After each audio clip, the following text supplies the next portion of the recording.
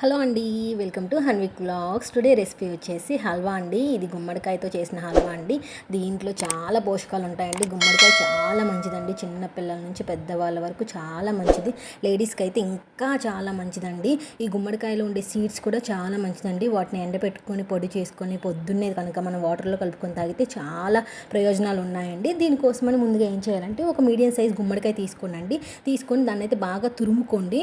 అలానే dry fruits కూడా తీసుకోండి. జీడిపప్పు, బాదం పప్పు, మన ఇంట్లో ఏది ఉంటే అది, కిస్మిస్లు అవి తీసుకొని పక్కన పెట్టుకోండి. ఈ గుమ్మడికాయని మాత్రం బాగా తురుముకోనండి సన్నగా. చాలా బాగుంటుంది. ఇదైతే కొలిస్తే అయితే 2 కప్స్ అయిందండి. తురిమిన తర్వాత కొలిస్తే 2 కప్స్ అయింది. 2 కప్స్కి 1 కప్పు షుగరు సరిపోతుందండి. అదే కొలతండి దీనికి. సో ముందుగా ఏం చేయాలంటే ప్యాన్ పెట్టుకొని దాంట్లో 3 టేబుల్ స్పూన్ గీ వేసుకోండి. గీ వేసుకొని ఆ గీ కొంచెం కాగిన తర్వాత దాంట్లోకి డ్రై ఫ్రూట్స్ వేసుకొని వాటిని అయితే ఎర్రగా వచ్చేటట్టు వేయించుకొని పక్కన పెట్టుకోండి. ఇప్పుడు అదే ప్యాన్లో నెయ్యి ఉంటుంది కదా, గుమ్మడికాయ తురుముకున్నాం కదా మనం, ఆ తురుమును వేయండి. ఆ తురుమును వేసి వాటర్ మొత్తం డ్రై అయ్యే వరకు వాటిని అయితే బాగా ఉడకబెట్టుకోనండి. మంచిగా ఉడకాలండి. అది మూత పెట్టుకొని మంచిగా సిమ్లో పెట్టుకొని ఉడికిచ్చేసుకోండి. దాంట్లో వాటర్ మొత్తం డ్రై అవ్వాలండి. అప్పుడే చాలా టేస్ట్ వస్తుంది. గుమ్మడికాయకి చాలా బాగుంటుంది. హల్వా అయితే చాలా హెల్దీ కూడా. పిల్లలు కూడా చాలా బాగా ఇష్టంగా తింటారు. లేడీస్కి అసలు చాలా మంచిదండి ఇది. గుమ్మడికాయ చాలా చాలా మంచిది అసలు. సో దాంట్లో వాటర్ మొత్తం డ్రై అయిపోవాలండి. మంచిగా మూత పెట్టుకొని సిమ్లో పెట్టుకొని మధ్య మధ్యలో అలా కలుపుకుంటూ ఉండండి.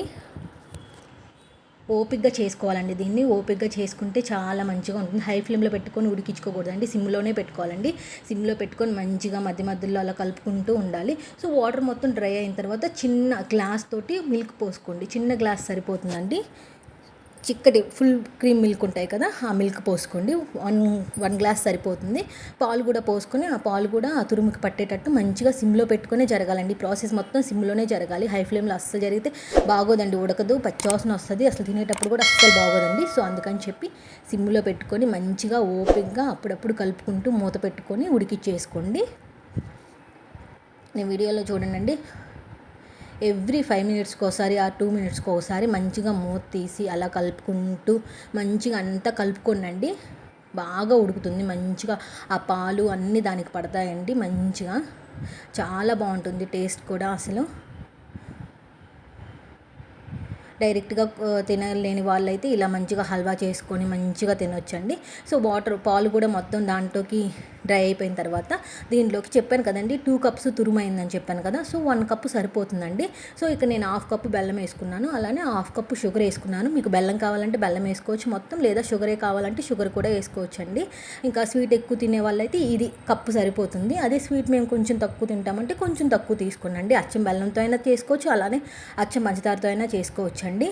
ఏం ప్రాబ్లం ఉండదు. సో ఇక్కడ మేము బెల్లం అండ్ షుగర్ 2 తీసుకున్నాము.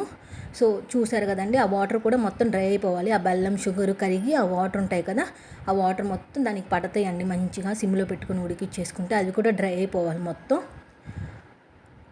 అలా మూత పెట్టుకొని సిమ్లో పెట్టుకొని మంచిగా ఉడికిచ్చేసుకోండి ఆ వాటర్ డ్రై అయ్యే వరకు.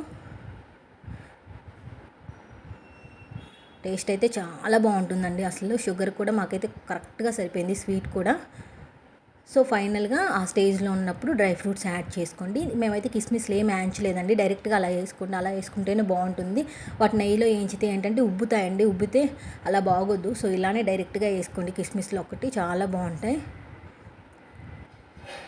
సో వేసుకొని కొంచెంసేపు మూత పెట్టుకొని ఒక 5 మినిట్స్ ఉడికిచ్చేసుకోండి. అంతే అండి, మనకి హల్వా అన్నది రెడీ అయిపోతుంది. ఈ వీడియో కనుక మీకు నచ్చినట్లయితే ప్లీజ్ లైక్ చేయండి, షేర్ చేయండి, అలానే సబ్స్క్రైబ్ చేయడం మాత్రం అస్సలు మర్చిపోకండి. మీకు ఎలా వచ్చిందో నాకైతే కమెంట్ చేసి చెప్పండి. Thank you for watching.